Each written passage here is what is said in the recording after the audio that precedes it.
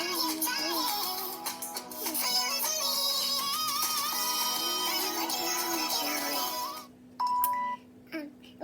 is my friend Talia. She comes me when I'm recording for my channel. Hi guys, today is Grandma Thelma Tuesday. It's Chava Lavi, and I'd like to thank my wife. Oh, and Grandma Thelma says hi. Let me just adjust the camera. There we go. And what was I saw you earlier today, so what was the topic you decided to talk about? Passover. I think since this is Passover, we should talk about Seder's and how Seder's get families together and keeps families very close to one another. And even during COVID, correct? That's right. People, and now that a lot of people have gotten the vaccines, more people have tried to be together with their families. And were you with your families this year, Grandma Thelma? I was with part of them, and part of them are going to be for the end of Yom Tif, and it was a very good feeling. That's good. Well, last year I was alone. Oh, me too. I was alone also, but this year, I never was a waitress, but this year I was a waitress. Do you have any questions about my waitressing experience? Yes. How did you enjoy it? I would say 1 out of 10. The first night I did. I don't think the YouTubers, most of them aren't not Jewish. So, can you explain? I'll tell you, it was amazing that an Orthodox place. Well, you know what? That's an example of Christian and Jews. Yeah, I heard the other waitress that was helping me the second night. She said they had a Christian holiday. I guess. I don't know what holiday was on Pesach. Easter? I don't know. Easter is going to come next week, I think, or in 10 days. I'm not sure when. Oh. Well, I don't know. The waitress was saying that there's some other holidays. But how did you like the food? Can you explain Passover to those who don't know Passover so that we can talk about more? Passover is an important holiday because it's the Jews, everybody, most people have heard of Moses, and it's the story of the Exodus. After the Jews were slaves in Egypt, they were going to Canaan, and they ended up, and that's how Israel was started. It took them 40 days and 40 nights to get there. Wow. You know, Grandma Thelma, one of my questions was, how come if Sukkot happened before Pesach, why don't we celebrate Pesach then Sukkot? Why don't we do Sukkot then Passover, Pesach? Because Sukkot is a holiday for the harvest, and the harvest comes in October, and Passover is the holiday of the Exodus from Egypt, and that takes place in Nisan, and Nisan is supposed to be the month of miracles. Wow, Grandma Thelma. So did you see any miracles then if this is the month of miracles? Well, the miracles that we're all here and that we survived the COVID is a miracle. And that people can enjoy each other and talk to each other, and we all have a certain sense of humor is a miracle. I guess, but is there any bigger miracles that you see? Because I feel like that's day-to-life miracles. I don't know what happened in personal life, but I'm sure that there were people that went through hardships and had miracles. Maybe. But even the fact that you get up every day and you can enjoy the holiday is a miracle. Wow. And that there was a vaccine provided in such a short time for the COVID is also a miracle. I agree. So I guess, we just, nowadays, our generation, you look every day for there's miracles. But nowadays, I guess people don't really see miracles in their day of their lives because it just goes over their head. Well, yeah. At different ages, people are busy with different things. I guess so. I guess like where I worked as a waitress a couple nights ago, they said that it was a miracle that I just came back to Florida, because otherwise they would have had trouble. What kind of trouble would you have had? Oh, not me. The person I was working for at the place I was a waitress. Because because the other waitresses didn't show up. Is that what happened? That's what happened. So I guess different miracles for different people at different ways, you know? That's right. That would be a miracle for everyone, but for the person that you worked for, it was a miracle. That you returned just in time, that you could be of help to her. Exactly. And so what were your Passover Seders like years ago? I assumed you had your whole family, your uncles, your parents, or... Well, I lived in a family that I had my parents came to the United States without their parents. So I had my... Did they pass away in the Holocaust? And one brother. And then my mother had a brother that never married, Uncle Harry, and he lived with us. Now your parents? I wrote a poem of the Seders that we had. We never went to a Seder in a temple or a group Seder. We always had it in my parents' house, and it was just our family. In later years, we did have extra family, and when my parents were gone and I made it, I sometimes had friends. But my parents only had my brother and I, we each had 3 children, so that made 2, 4, 10 people, and my mother and father and my uncle. So we were always 13 people at the Seder. She did have another brother, and I think once or twice he came, but most of the time it was the 13 of us. And I wrote a poem about the Seder, and if you'd like, I'll read it to you. We would love if you shared that with us. We're ready to hear a special poem. The Seder.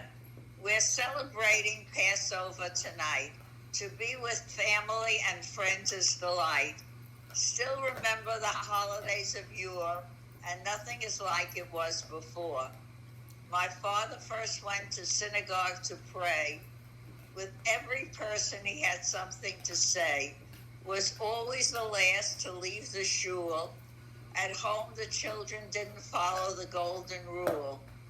No one could eat before the Seder. And instead of sooner, it was always later. Sharon and Barbie and Joanne all said, "Why is it taking so long to be fed?" Beth and Greg and Jody were there with my brother Martin and Althea each year. My Uncle Harry chopped the apples so fine, added nuts and made carousas with wine. My mother made genuine gefilte fish, filled the skin, and it was delish. She bought whitefish and carp that was alive. She picked the ones with the clearest eyes. She brought live chicken too. They plucked the feathers but left a few. We read the Haggadah every word. Then for Elio Hanavi opened the door. My father took the Hafakoma to hide. The children looked for it far and wide. Whoever found it gave a holla, and the lucky finder was given $1. We ate and we ate until we were stuffed. After 4 glasses of wine, we had enough. We sang Dayenu and had Gadya too. Then it was time to say adieu. Wow! Everyone clap your hands for Grandma Thelma. That was so beautiful. I really like that poem. And did you write more poems, Grandma Thelma? Was that what? Have you written more poems or no? Well, sometimes I do write other poems if I have a reason to. I used to write for everybody's birthday poems, but I really don't do that anymore. Maybe I should start doing it again. Yeah. You know what, Grandma Thelma? You can write poems for Tuesdays. How does that work? I'll give you a job. We'll make What's fun? you'll every week for Tuesdays. I want you to deliver a poem. Well, I'll try, and it may be a very short poem. It may be just a little ode. We'll see what happens. Yeah. May looks so comfortable. Oh, she is. You know what? She just went swimming before, and then I'm such a good mother. I'll send you a video, and I'll post it later on YouTube for my wonderful viewers. Then we had, I took her, I'm not publicizing or paid for advertisements for PetWise, a local pet store. And I got her these beautiful sticks because sometimes, you know, she starts acting up. But these actually keep her really calm and happy, I think. She's like the spoiledest baby, right, Grandma Thelma? Is that the favorite? Is that her favorite treat? Yeah, it's her favorite treat. It's literally, I think it's just a stick of skin, and they put something like pig skin or cow skin or something. And Pesach, you're not supposed to talk about pig skin. really? Only about cow skin. Oh, oops. Well, I guess not of all of us are 100% there. I used to be, you know, Grandma Thelma, I used to love Pesach and love all the holidays, and I still do.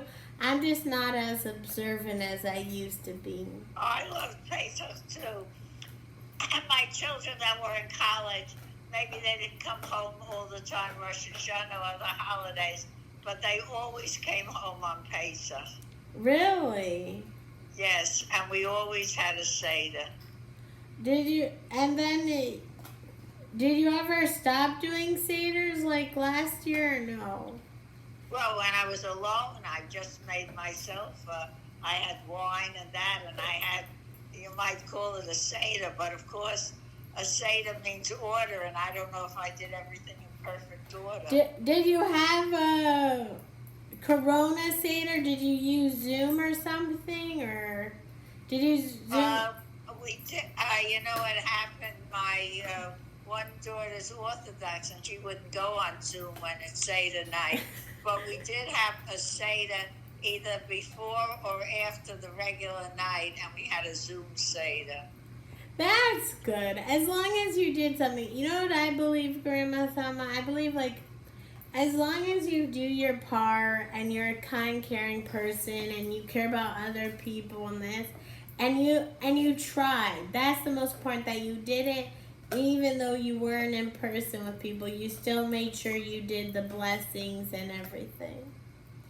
And well, in order to go through each day, you have to try to do something.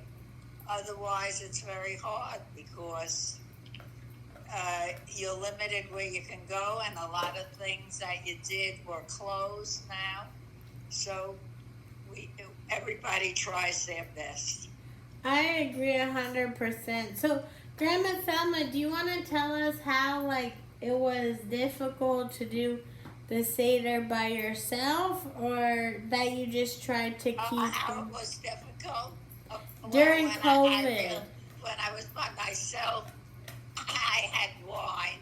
I don't know if I said all the words in the thing. And can I ask myself the 4 questions and then answer them? You did that? I read it. I read it from the book. I think you might have did more than me. I know for Rosh Hashanah, shout out to my neighbors in Chicago, Lori and Peter. They were the sweetest, kindest people, and they did Rosh Hashanah services with me. But with COVID, no one even wanted me in their house, and I was like, you know what? It's just good I could do it by myself. I don't even remember what, I know I bought matzah, and I didn't even eat the matzah. But at least I On guess... Passover, I didn't do it. But I know sometimes Saturday services during COVID, I watch it on Zoom from New York. Oh, really? They had services for people? Well, they do it.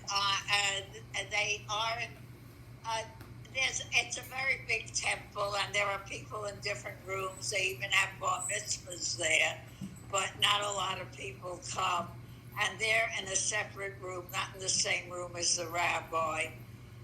Oh, do you want to give us the name? They have beautiful music. They wear masks, and they have. Do you want to give us the name of the organization? Yeah, Central Synagogue. Okay, so anyone who's not religious or religious, please look up Central Synagogue. Well, Grandma Thelma, do you want to lead us with any kind last words? Because it's we're just in the 15, 16 minute mark, and Grandma Thelma loves that. The miracle is that since it's the month of miracles, the COVID should disappear completely, and our lives should get back to the way it was pre-COVID. Amen. And Grandma Thelma always stays Jewish, smile. And don't forget to like, comment, and subscribe below. And we'll see you for next week, Tuesday. Oh, and stay positive. I will see you next week, Tuesday, with Grandma Thelma Tuesdays. Bye. Bye.